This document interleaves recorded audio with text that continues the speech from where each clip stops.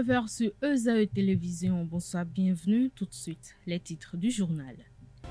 Le conclave gouvernemental de ce mercredi 3 novembre 2021 a adopté le décret portant attribution, organisation et fonctionnement de 14 ministères. À suivre dans cette édition, Wilfried Léandre Ngouedji, porte-parole du gouvernement, à l'occasion du traditionnel compte rendu du Conseil des ministres.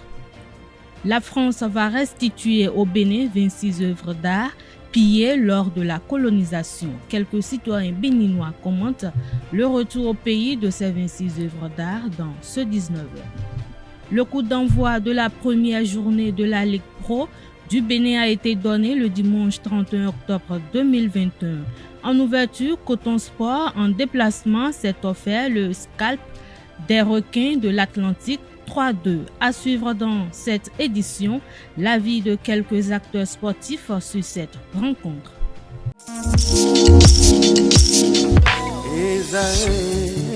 Étudiantes, étudiants, parents d'élèves, nouveaux bacheliers, vous recherchez une école adéquate de formation professionnelle et pratique pour vos études supérieures? Une seule référence, ESAE. ESAE vous offre des demi-bourses et réductions dans toutes ces filières.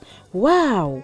Payez 300 000 au lieu de 550 000 en licence 1, 2 et 3 en journalisme, réalisation, sciences de gestion, administration des affaires, sciences économiques et sciences juridiques. En master 1 et 2, 670 000 en journalisme et 550 000 en sciences de gestion et administration des affaires au lieu de 1 070 000. Écoutez, pour les 100 premières inscriptions en administration générale et administration des finances, payez 450 000 au lieu de 550 000 pour la licence 1, 2 et 3. En master 1 et 2, payez 870 000 au lieu de 1 070 000. Alors, rendez-vous vite à ESAE pour la rentrée académique 2021-2022. Les deuxième et troisième années démarrent le 20 septembre 2021 et la première année le 11 octobre 2021. Informations et renseignements, ESAE Cotonou, 3e rue à droite en quittant le carrefour Jadot pour la BIBE Jéricho. Téléphone 96 80 55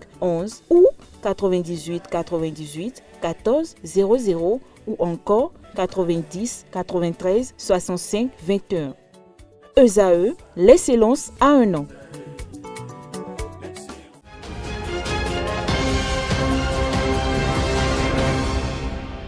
À nouveau, bonsoir. Le Conseil des ministres s'est réuni ce mercredi 30 novembre 2021 sous la présidence de M. Patrice Talon, président de la République, chef de l'État, chef du gouvernement. Au cours de ce conclave gouvernemental, plusieurs décisions ont été prises. Pour en savoir davantage, je vous invite à suivre Wilfried Léandre Ngouedji, porte-parole du gouvernement, à l'occasion du traditionnel compte rendu du Conseil des ministres. Au chapitre des mesures normatives, les décrets portant attribution, organisation et fonctionnement des ministères ci-après: travail et fonction publique, agriculture, élevage et pêche, énergie, cadre de vie et développement durable, défense nationale, petites et moyennes entreprises et promotion de l'emploi, affaires étrangères et coopération, intérieur et sécurité publique, enseignement secondaire, technique et formation professionnelle, enseignement maternel et primaire, santé, affaires sociales et microfinance, infrastructures et transports, puis justice et législation. Ont été par ailleurs adoptés les décrets portant organisation générale des forces armées béninoises et organisation du commandement dans les dites forces, attribution, organisation et fonctionnement des états-majors des différentes composantes des forces armées béninoises, nomination de membres au sein des conseils d'administration du Centre national de gestion des réserves de faune et de la Société nationale des hydrocarbures du Bénin. Et puis enfin, au chapitre des communications, les travaux de revêtement des parcs de l'esplanade des Amazones, de la place de l'Indépendance, du champ de foire sud, du jardin de Mathieu et aménagement paysager. Ces travaux confortatifs de revêtement sont réalisés pour les esplanades avec des carreaux grès cérame et pour les parcs avec des plaques de béton fibré couvrant leurs allées. En ce qui concerne les aménagements paysagers, c'est le secteur 1B du boulevard de la Marina et l'esplanade des Amazones qui sont impactés. Au regard des impératifs de livraison dans le délai prescrit, le Conseil a autorisé la contractualisation avec diverses sociétés spécialisées, puis instruit les ministres dont relèvent les chantiers de veiller à leur bonne exécution. La France va restituer au Bénin 26 œuvres d'art pillées lors de la colonisation. Le retour au pays de ces 26 œuvres d'art se fera le 9 novembre prochain en présence du chef de l'État Patrice Talon. Quelques citoyens de la ville de Cotonou commentent le retour au pays de ces 26 œuvres d'art. On les écoute, ils sont au micro de Nassirine Fatoumbi, Anaël Dohou et de Atifa Olofa. C'est une très bonne chose qu'ils aient pensé à récupérer ces œuvres d'art pour les ramener, parce que c'est la possession et le patrimoine culturel du Bénin. C'est 26 œuvres que la France veut nous envoyer, parmi les 3000 et quelques. Alors là, l'État n'a qu'à leur retourner ça. La démarche du chef de l'État par rapport à la restitution des 26 œuvres est louable. Vraiment, en tant que citoyens béninois, nous sommes vraiment heureux de la réception de ces œuvres-là. C'est une démarche louable. Il faut vraiment féliciter le gouvernement pour ces actes de digne fils du pays. C'est ça. Ça, il faut vraiment rendre à César ce qui est à César. J'ai appris que le chef de l'État même va faire le déplacement le 9 novembre à Paris pour le retour des 26 œuvres pillées. Bon, près de 130 ans après le pillage, bon, ce qui est dû aux Béninois leur revient. Connaissant bien la mesquinerie française, je n'irai pas du dos de la cuillère. Les Français sont des mesquins. Après 130 ans, ces œuvres-là, vraiment, moi je crains, ils ne vont pas nous retourner les originaux. Parce que ces œuvres-là leur procurent de l'argent. C'est ça qui fait développer leur tourisme. Ils n'ont pas d'objet d'art, hein? Après janvier 1894, 25 janvier précisément 1894, où le roi Béhanzin, que je respecte beaucoup, le courageux, s'est rendu à Dog, et ça a été un pillage systématique du palais d'Abomey. Il était temps, après les tractations de Lionel Zinsou dans le temps, de faire revenir ses œuvres, que le président Talon ait pu parvenir à accomplir cette mission qui était indispensable pour la culture béninoise. Au-delà de ces œuvres, c'est beaucoup plus le retour à nos valeurs. Le retour à nos valeurs endogènes, susceptibles quand même de contribuer au développement de notre pays. La question est de savoir pourquoi les gens sélectionnaient les 26 œuvres au lieu de nous envoyer une fois de bon les 3000 et quelques qui se trouvaient depuis avec eux. Donc si nous pouvons d'abord, nous les Béninois, nous voulons connaître notre histoire. Nous ne voyons pas pourquoi nous sommes Béninois, les œuvres qui nous appartiennent se retrouvent en France, que nos descendants ne vont pas connaître leur histoire, ça nous fait très mal. Si on peut nous les restituer, toutes les œuvres qui se trouvent en Europe, en France précisément, si on peut nous les restituer, c'est notre souhait. J'ai honte. On me parle de 26 œuvres, alors que c'est des milliers. Mais d'après mes enquêtes, il y a l'habit de chaque roi là, mais qui se retrouve tantôt au Brésil, tantôt en Allemagne, tantôt en Asie. Mais qui a vendu les habits de nos ancêtres là? C'est une honte, on ne devrait pas se limiter aux 26. Non. Le vote de la loi numéro 2021-12 modifiant et complétant la loi 2003-04 du 3 mars 2003 relative à la santé sexuelle et à la reproduction en République du Bénin par les députés continue de susciter moult réactions.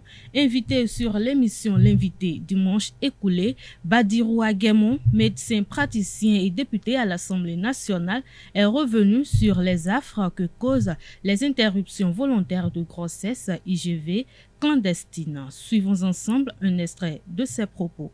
En tant que praticien hospitalier, je dis bien praticien hospitalier, oui. C'est nous qui sommes au contact donc, des femmes, des jeunes filles. En un mot, nous sommes au contact donc, des malades. Et ce qui se passe dans ce secteur est effrayant. Parce que quand vous voyez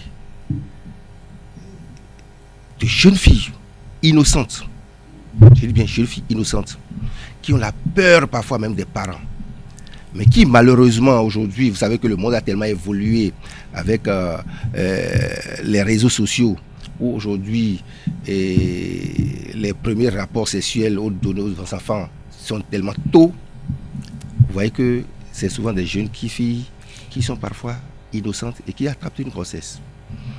Et la peur des parents parfois les amène à aller faire des avortements clandestins. Et je peux vous dire, puisque nous vivons ça au quotidien, quand vous voyez votre fille,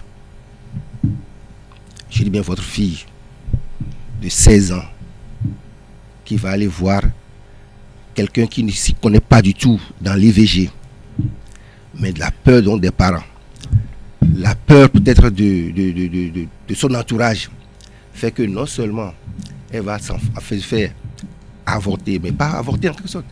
Nous avons vu des cas, par exemple, où les individus qui pratiquent cet acte clandestinement vont aller curer l'utérus de la fille, pour ne pas dire de la femme, curer l'utérus jusqu'à aller perforer l'utérus, jusqu'à aller perforer même les anses, donc les intestins, et libère ces filles-là dans la nature.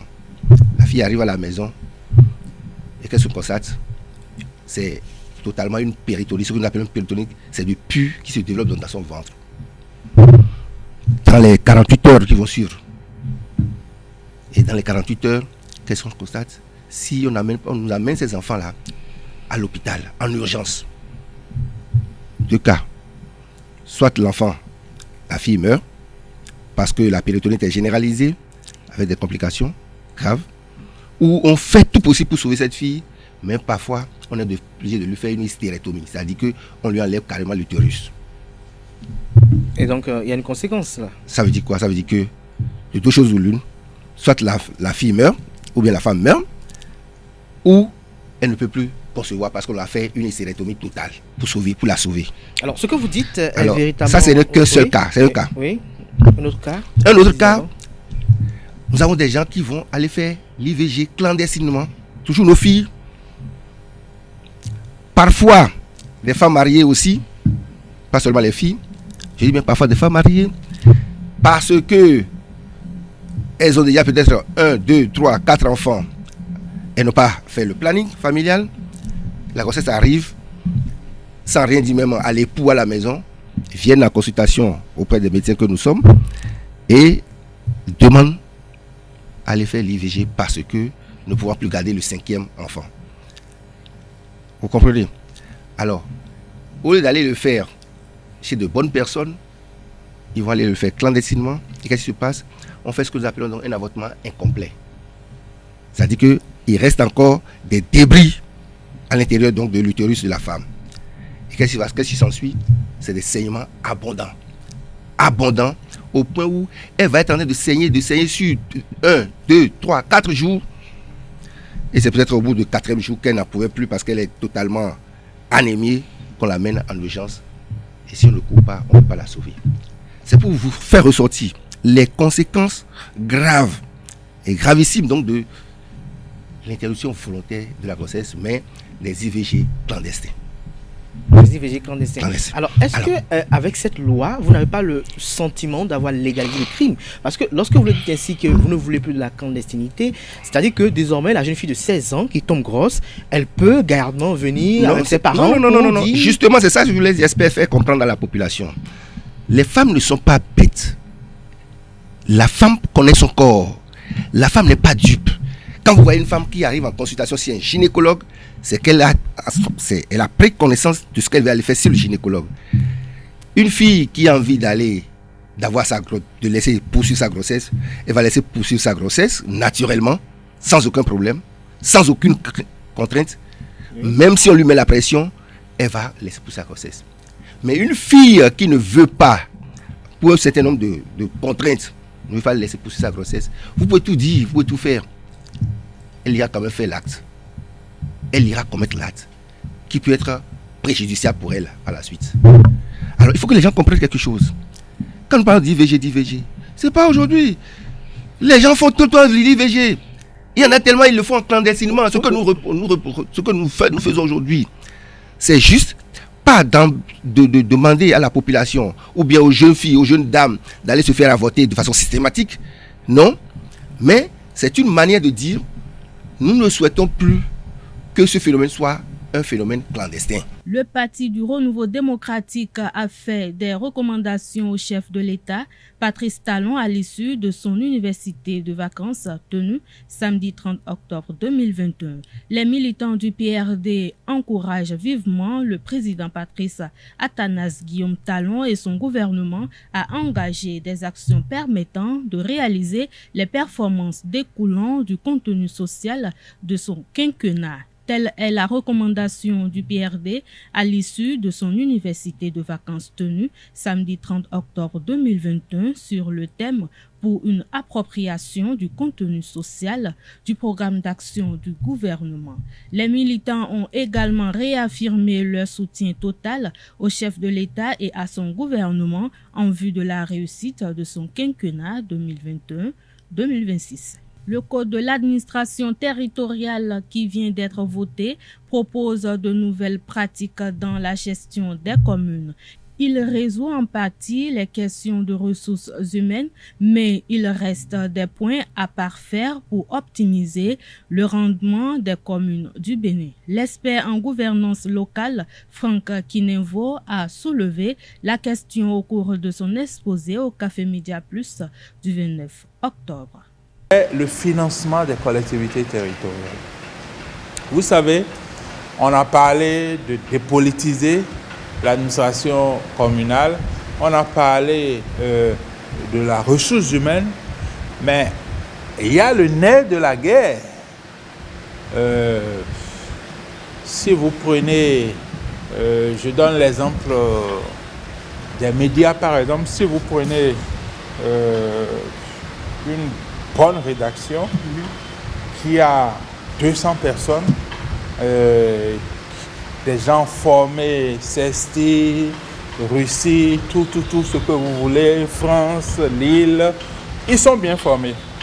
Mais cette rédaction n'a à 0 franc de fonctionnement. Ça ne sert à rien. Ils ne vont pas produire des informations. C'est la même chose au niveau des collectivités territoriales. Nous avons dit, le code va permettre de dépolitiser un peu. Le code va permettre d'avoir une ressource humaine de qualité. Mais il faut les ressources financières. Il faut le nerf de la guerre pour que la commune puisse financer les politiques publiques. Par exemple, la question de l'emploi au niveau local, il faut des ressources pour mobiliser les entrepreneurs, les micro-entrepreneurs, surtout les femmes des marchés, les former, les accompagner. Donc, il faut des ressources. Aujourd'hui... Le code n'a pas semblé... Non, le code a abordé la question en créant un fonds d'investissement communal. Aujourd'hui, les communes cumulées, aides de l'État, ressources propres, sont à moins de 90 milliards. En 2019, non, en 2020, c'était 89 milliards. En 2019, je pense que c'était 76 ou 79 milliards. Donc, c'est faible. L'État est à 2500 milliards de ressources. Les communes sont seulement à moins de 90 milliards. C'est faible. Or, les vrais problèmes de développement, c'est dans les communes. Si vous allez dans les 77 communes, vous regardez les problèmes de pistes rurales, le nombre de salles de classe qui manquent, le nombre de centres de santé, de quartiers, de villages, d'arrondissements qui manquent. Vous regardez les infrastructures économiques et marchandes, les marchés à construire ici, les gares. Prenez Cotonou, combien de gares nous avons? Or, une ville doit pouvoir avoir des gares où les gens, lorsque je quitte chez moi, je peux prendre Zim de chez moi à la gare, et c'est à la gare que je prends un bus, que je prends un taxi et autres. Mais on n'a pas ces infrastructures-là dans les communes. Donc il y a véritablement un besoin de financement des collectivités territoriales que l'État doit prendre en compte. Parce que si vous regardez les lois sur la décentralisation qui sont en train d'être abrogées par le Code, il y a toujours, pour un certain nombre de compétences, l'État transfère les ressources subséquentes aux communes. L'historique, enfin l'histoire de cette précision de la loi est venue de la Cour constitutionnelle. Parce que la Cour constitutionnelle, dans une décision de 1998 ou 19, a indiqué que les politiques que la Constitution met à la charge de l'État et que l'État partage ou transfère aux collectivités territoriales suppose que l'État transfère également les ressources qu'il utilisait pour gérer ces compétences-là. Mais dans la pratique, on est à moins de 5% de transfert, ce qui est faible. Donc, qu'est-ce que le gouvernement veut faire, si j'ai bien compris? Oui. C'est que maintenant que la loi a créé le fonds d'investissement communal, l'État va continuer par faire les transferts de ressources, mais l'État ira aussi sur le marché financier. Ça veut dire que les communes vont bénéficier en plus des recettes budgétaires directes de l'État d'emprunts sur le marché. Et ça, c'est une innovation. Parce qu'on a beau dire que les communes pouvaient aller sur le marché, mais les communes béninoises qui n'étaient même pas soumises aux agences de notation ne pouvaient pas lever de fonds sur le marché financier. Le communicateur de ce 29 octobre n'a pas manqué de s'intéresser à la mobilisation des ressources financières nécessaires pour permettre aux communes du Bénin d'assumer la réalisation des tâches qui sont désormais de leur ressort. Franck Kinevo a souligné cet aspect au cours de sa communication. Suivez cet extrait choisi par Carles Kitome. Chauffeur dans une commune, ça veut dire que quand un maire, un adjoint au maire, un deuxième adjoint au maire ou un SG arrive, ils amènent leur chauffeur.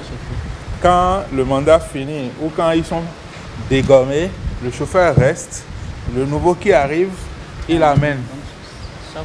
Donc vous avez des chauffeurs qui sont au garage, que la commune paye, mais qui forcément ne travaillent pas. Les secrétaires, ces postes-là, vous verrez qu'il y a plein de personnes au niveau des communes qui ne répondent pas. C'est-à-dire aujourd'hui, si vous regardez la soixantaine de compétences que la loi met à la charge des communes, vous allez voir qu'il faut vraiment des cadres d'un certain niveau pour réfléchir, pour monter des projets, pour avoir des outils. Si vous n'avez pas le profil, vous ne pouvez pas faire ce travail-là. La planification, qui est une faiblesse de nos collectivités territoriales aujourd'hui. Les questions, disons, d'urbanisation. Même si vous avez un schéma directeur d'aménagement de la commune, même si vous avez un plan de lotissement, si vous n'avez pas le personnel qu'il faut, vous ne pouvez pas traduire ça en action sur le terrain. Le registre foncier urbain, qui a fait la gloire de beaucoup de communes. Le maire vient, il enlève celui qui est chargé du registre foncier urbain, il nomme quelqu'un d'autre. Or, le registre foncier urbain est purement technique. Si vous ne connaissez pas le logiciel, si vous ne maîtrisez pas, l'outil est là, mais vous ne pouvez pas l'utiliser. Donc, il y a de ces problèmes-là qui se posent dans les communes. Et le nouveau code règle ça? Le nouveau code règle en partie, c'est-à-dire le nouveau code professionnalise un certain nombre de fonctions de l'administration communale et ça permet d'avoir les hommes qu'il faut à ces places-là. Et donc, si vous avez des directeurs d'un certain niveau, il est évident que la suite, c'est que vous avez des chefs de service qui ont un niveau acceptable, des chefs de division et même des cadres à disposition. Je pense que le code, c'est une première étape où on a le fichier national pour certaines fonctions. Maintenant, il faut aller plus loin. Le personnel qui est là, qu'est-ce qu'on en fait? Est-ce que ce n'est pas mieux que l'État qui recrute des chauffeurs, par exemple, qui recrute des secrétaires, par exemple, périodiquement, peut se puiser dans ce personnel qui n'est pas utile à la commune, mais qui est déjà payé par une personne publique, que l'État les reverse au niveau de la fonction publique nationale et permettre aux communes d'orienter les salaires vers les cadres qui ont un rendement pour la commune. Donc, la question de la ressource humaine est partiellement réglée par le code et donc il faudra poursuivre les réflexions pour totalement régler ce problème-là. La nouvelle comparution de l'ancien président Nicéphore Soglo dans l'affaire de diffamation qui l'oppose aux ayants droit de l'ex-ministre Soumanou Moudjaïdou est prévue pour le 26 novembre prochain. Poursuivi pour des propos tenus le 28 février lors d'une rencontre politique sur l'ancien ministre et ambassadeur du Bénin au Koweït, Soumanou Moudjaïdou, l'ex-président de la République Nicéphore Soglo comparaît le 26 novembre 2021 au tribunal de première instance de Cotonou. Les enfants du diplomate accusent l'ancien chef de l'État d'avoir tenu des propos injurieux et diffamatoires sur leur père dans l'affaire tentative d'empoisonnement du président Boni Yahi. Les propos sont constitués d'injures publiques, d'atteinte à l'honneur de Soumanou Moudjaïdou, selon la plainte. Les requérants réclamant réparation du préjudice évalué forfaitairement à la somme de 100 millions de francs CFA. Les audiences programmées en juin et juillet au tribunal n'ont pu se tenir pour plusieurs raisons. Il s'agit de l'absence des avocats de la partie civile et l'absence du territoire de l'ex-président Soglo pour raison de santé. Sport dans cette édition. Le coup d'envoi de la première journée de la Ligue Pro du Bénin a été donné le dimanche 31 octobre 2021. En ouverture, Coton Sport, en déplacement, s'est offert le scalp des requins de l'Atlantique 3-2. Une équipe de notre rédaction a sillonné la ville de Cotonou pour recueillir l'avis de quelques acteurs sportifs sur cette rencontre. Ils sont au micro de Colombe Roussou, Atifa Olafa, Nassirine Fatoumbi et Anaël Dou. Au niveau de la défense n'a pas bien fonctionné. Sinon, quand on voit le but qu'a marqué Romaï Kamoussou, on a vu que la défense ne fonctionnait du tout pas. Il se perdait. Et on constate que ça n'a pas été travaillé lors des séances d'entraînement. Il se perdait jusqu'à ce que Romaï, qui est tombé, se relève et marque un but. Et tout le monde se perdait dans la défense. Quand on voit également le premier but qu'a pris les requins, c'est un but de tête. On voit le corner, la balle venue du haut et la défense est là. Tout le monde regarde le ballon jusqu'à ce que l'adversaire saute plus que tout le monde pour mettre la balle au fond des filets. Donc on a senti cela dans la rencontre qui s'est déroulée le dimanche passé. Il n'y avait pas une cohésion entre les joueurs. Et quand on voit qu'un joueur donne une passe à son adversaire, ce dernier n'est pas sur les mêmes trajectoires que son coéquipier et puis on voit que la balle est à la touche. Coton a eu 2-3 mois de préparation. Ça n'a pas été le cas avec Requin. Il y a eu des difficultés énormes de l'autre côté. bon, néanmoins, on a assisté à un bon match. Requin a su tenir la tête un peu à Coton. Finalement, Coton a gagné 3-2. C'est vrai qu'ils ont gagné, mais tout n'est pas encore rose. Ça reste encore beaucoup de choses à régler, surtout en attaque et aussi sur le plan défensif. C'est vrai que bon, on est en début de championnat avec. Au fil des journées, au fil des matchs, la cohésion et tout va s'installer. Je pense qu'avec le temps, on aura un bon jeu quand même. Moi, je vais féliciter les Requins parce que jusqu'à 4 h du matin, les Requins n'avaient pas encore d'équipe. Mais jusqu'à présent, diront qu'ils n'ont pas encore d'équipe, mais ils ont su jouer. Coton, c'est qu'il y a eu d'équipes il y a de ça 2 mois, même plus, qui se sont entraînés, jouer beaucoup de matchs de préparation, mais malgré ça, ils ont réussi à contenir ces Cotons de ce club de Ouidah. Et c'est par chance qu'ils ont gagné 3-2. Je dirais par chance. Les Requins ne se sont pas du tout préparés. Disons du tout parce que les quelques fois qu'ils sont venus au stade ici s'entraîner, c'était un nombre réduit parce qu'ils ne se sont pas du tout préparés et le lancement c'était pas acté pour avant qu'ils ne jouent. Ils ne se sont pas préparés, mais ils ont réussi à contenir le Coton. Mais bon, j'espère vivement que, comme il a demandé une semaine, dans ces une semaine, il va constituer son équipe et il aura ce qu'il a. L'analyse de cette rencontre, bon, vous voyez, par exemple, quand on prend l'équipe des Requins, c'est une équipe, vous voyez, comparativement aux autres équipes là, au cours de la préparation, ils n'ont pas fait une préparation en tant que telle. Vous savez, les Requins, toujours c'est les crises.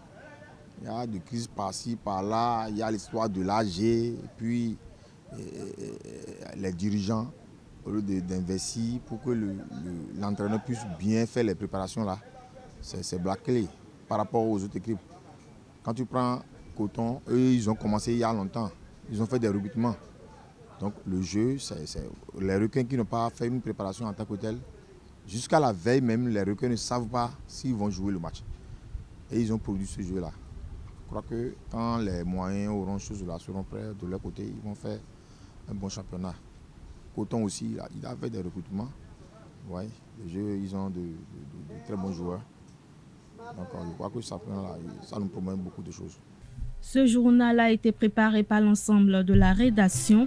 Merci de votre aimable attention. Passez une excellente soirée. Bonsoir.